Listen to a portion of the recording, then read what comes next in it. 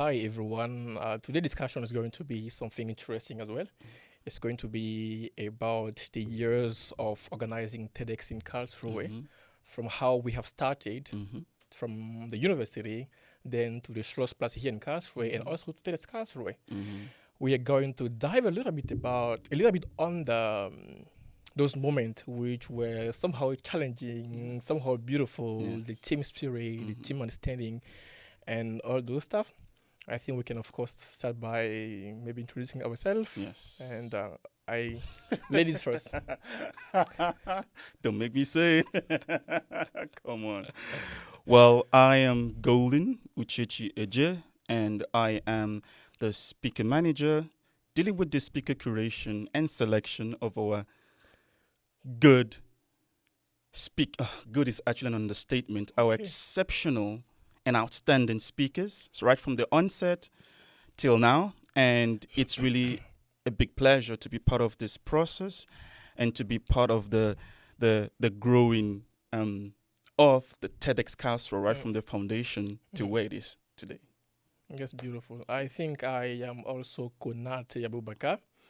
I am team lead. I would say I have the privilege of being the team lead for TEDxKarlsruhe, from TEDxKarlsruhe to TEDx Schlossplatz and today to TEDx Karlsruhe. Mm-hmm. I have been working also with an amazing team, which I'm very, very happy about and very Mm-hmm. privileged to have them. So, yes, that's a little bit about me. That's wonderful to hear. Tell me, this is actually one of the things I was reflecting on Mm, last week is how far we have come as a team, mm, from the baby steps, starting from Karls Hochschule International University, TEDx, to the Schlossplatz, and now to TEDx mm, Karlsruhe. I beginning to imagine the magnitude of it. mm, mm, mm. How does it feel like for you watching this baby grow into a teenager Uh, and into a full-grown adult? that's such a beautiful question. I think for me, it's more or less like, I won't say a dream, but something that I haven't imagined before, Mm-hmm. because the idea of doing a TEDx in Karlsruhe actually came out from the university, Mm-hmm. just has a simple idea Mm-hmm. on a whim at the Mm-hmm. university. Mm-hmm. The idea was for us to be able to bring people together from different places Mm-hmm. and have a beautiful event together. Mm-hmm. And from that point till today, there have been a tremendous change on the way. Mm-hmm. There have been amazing people as well on the way. There have been some learning lessons as well on the way. Mm-hmm. For me, mainly in the leadership part of it Mm-hmm. was also sometimes very challenging, sometimes beautiful, sometimes exceptional. Mm-hmm. But yes, today we are as well. But what about you? Maybe you can also share how is it for you, because you have been there as well since the beginning. So how is it for you too?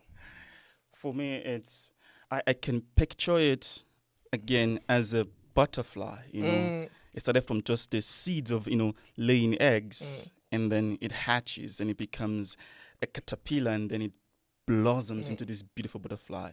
I think that's what I've seen with the process. And mind you, I didn't say it was easy. We walked the first step, Yep. made mistakes, and we learned as a team. Mm-hmm.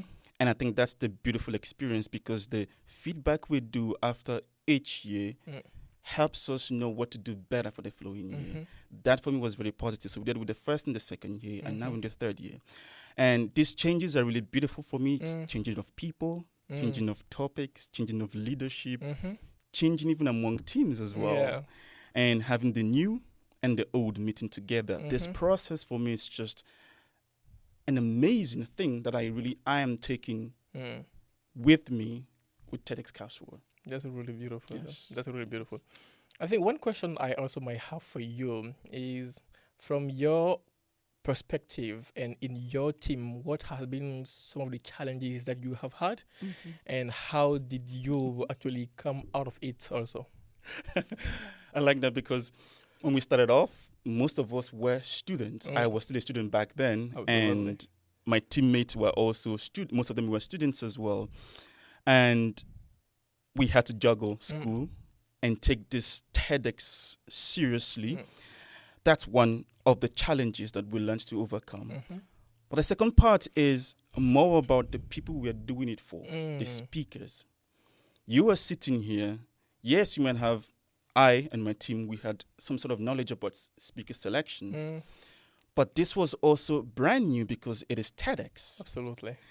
And now you sort of have to go through every single application that comes in. And these are tens and hundreds of applications that you have to look through. And you have to select at the back of your mind, knowing that whatever I need to select needs to fit into the TEDx rules, needs to fit into diversity, because that is an important part of the selection. And I cannot deny the emotional part that is also involved. You know, you have to let go of your biases. You have to question your own thought. And you have to make sure that whoever that you are selecting fits into the theme of the year, fits into the TEDx guideline. And it's not easy. Absolutely. It is really, really hard. It's emotionally tasking to do that. But the beauty of it all is not one person that have to make a decision. It's a group of people. And that eases the pain, and that eases the diversity of the speaker selection. So it's not what I want, it's not what the other person wants, but it's what all of us want as a team. And that's the process, and we go through it. That's so beautiful. That's really, really beautiful. Yes. I mean, I wasn't very much in your department. I, of course, know what you went through as well and what you were going through, because like I know I was telling you sometime I don't want to be in your place, in your team and selecting people. So I totally understand that too. I think some of the challenge I also had in my side, I think I had a couple of challenge actually at the beginning. I had like previous experience in terms of leading people. But I think one of the most important things I come to realize is that every single time you are leading people, you need a different mindset. There is this wonderful proverb. It says like, at least in terms of leadership, it says like you need only one brain to lead 1,000 sheep, but you need 1,000 brain to lead 1,000 people. So depending on how many people you are going to lead, you have to be able to be flexible and able to meet them where they are, you know. So that was my challenge, and that's something I didn't really understand at the beginning. So for me, mainly about trust was also something extremely important to me. Who do I trust, and to which extent do I trust them? To whom do I give power, and why should I give them power? That for me was extremely important. And I think how I learned about it, or more about it, was with time.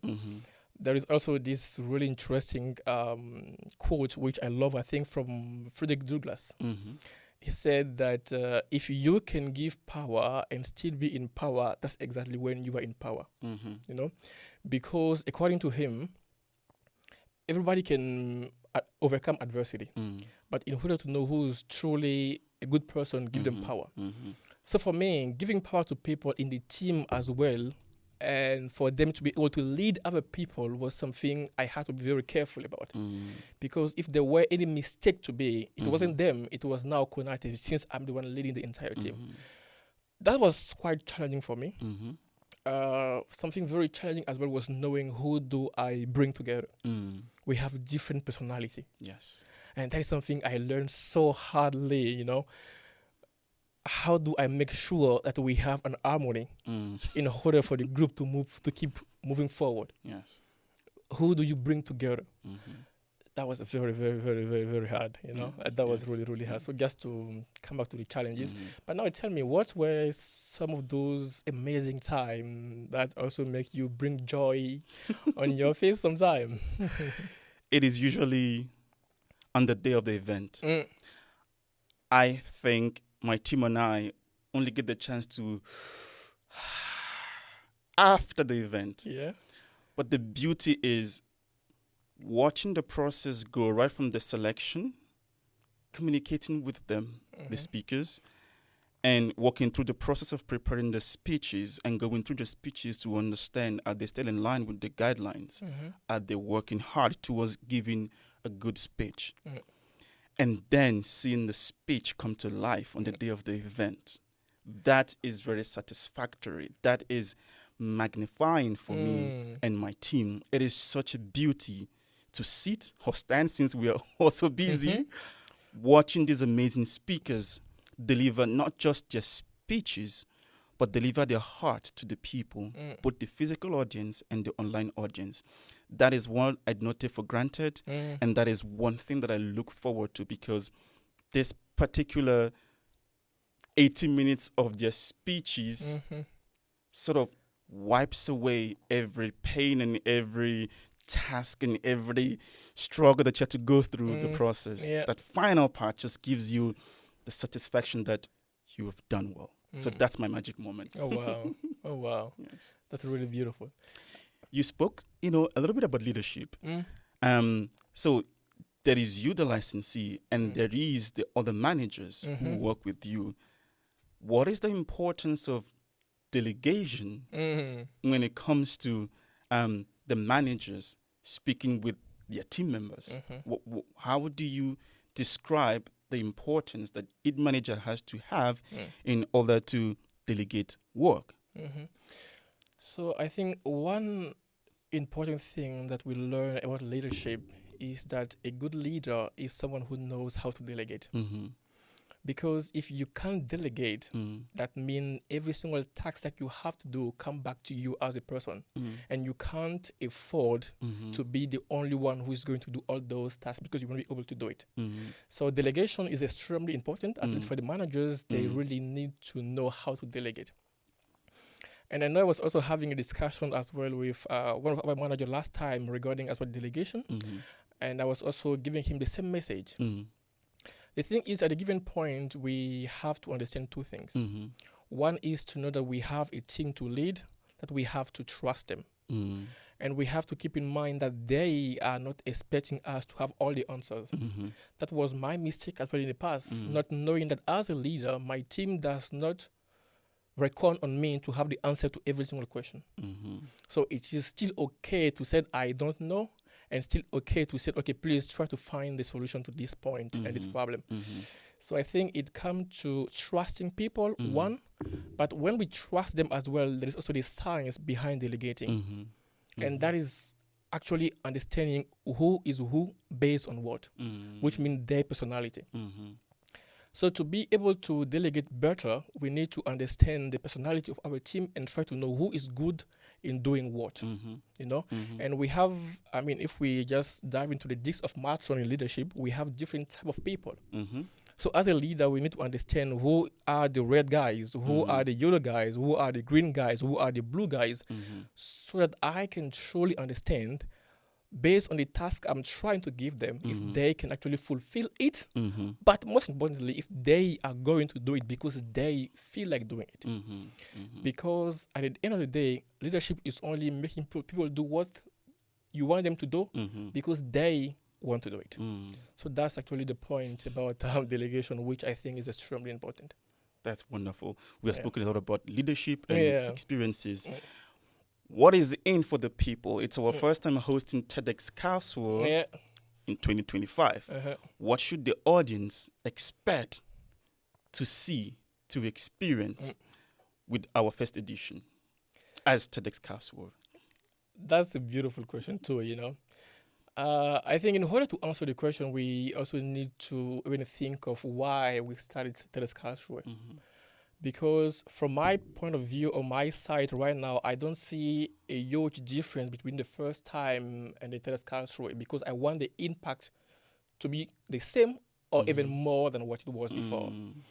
So what I truly want them to keep in mind now, from the reason why we are doing this, is because we also believe that we can bring a change in our society. Maybe we don't have the possibility of changing the entire world. But one thing is sure, that we can start where we are with one idea at a time, with one speaker at a time. Most importantly, I think when we bring people together from different backgrounds, different perspectives, different mindsets, ideology, religion, together to celebrate, something happens. Something magical happened. And I have witnessed that. I now want them as well just to come every single time and to witness the same thing. But let me ask you too, from your side, what do you actually want them to have in this time, TEDxKarlsruhe for the first time though? I am thrilled with our speaker selection this year. Yeah. I guess it keeps growing every single year. We have one speaker here. She's smiling. I can see that. And they are preparing so hard. Yeah. And what I'm seeing is not just them preparing the speech. They're preparing the speech, but they're also wearing it on their sleeves and putting their heart on the table. And that excites me. And that's what I really look forward to. And I am telling people that that's what they're going to experience. Beautiful ideas, innovative ideas, and most importantly, these speakers are breaking the mold. Oh, yeah. They are. I can imagine that. I can see that. They are. That's beautiful, though. Yeah. That's really one question I have for you, though, also is trying to understand. Also, as a manager, you have been a manager for 3 years. What has being in such a team also bring to you in a very personal level? Or also maybe in your working life or in the normal life, what has it bring to you as a person, too? I mean, the fact that I am working in a space where I work with a lot of people. I'm usually the type that I don't like being on cameras, that I avoid spotlight and stuff like that. But there's the one time, embracing this manager position and working with different speakers with diverse backgrounds. This has helped me amplify a part of my life, both personal and professional work. I mean, one of them is me being on the podcast and facing the camera and speaking. I definitely wouldn't want to do this a while ago because it's not, much what I do. But I am really happy that I am able to do that and harnessing the skills that comes with, seeing things from an ego's perspective, wild-eyed, very, very detail-orientated, and I'm able to apply this in my professional life. Building relationship with the speakers, I'm able to apply this outside my life. Beautiful. So it's all of these components and skills that I am harnessing together from TEDxKarlsruhe as a manager into my personal and professional life. That's so beautiful. Yes. That's really, really beautiful. I think we only have 2 more minutes to go. And that's really, really beautiful. Maybe if you have a message to not only the members that we have so far, but also to the stakeholders, because we have a lot of sponsors also who are joining us and supporting the idea of TEDx. If you had a message for them, what will it be? My message to the audience is watch out, because you are about to be taken on a flight to an exciting island. Very, very innovative, exciting island. To my fellow team members, you've worked very hard. It is just a few more weeks, and we are there on the finishing line. To our stakeholders and sponsors, I am telling you, you are part of something bigger, and it's about to even get bigger and bigger. And lastly, to our future TEDx applicants, my message to you is watch out when you're about to apply. It's not about you. It's not about us as the team members, but it's about your idea and the audience, both physical and online audience, that needs it. So when you apply, don't apply from just your perspective, but also apply from the perspective of those who are going to listen to you. That's so, so beautiful. I think that's also going to be the concluding message today for you. And one important point from my side, which I want to also leave all of you who are going to watch us afterward, is this quote from Steve Jobs when he says that only those who are crazy enough to think that they can change the world are the one who change the world. Yes. And we believe that we are the crazy one. That's why we are doing what we are doing. So see you very soon. See you actually the 4th of October. And remember, nothing is going to change, but everything is going to be different.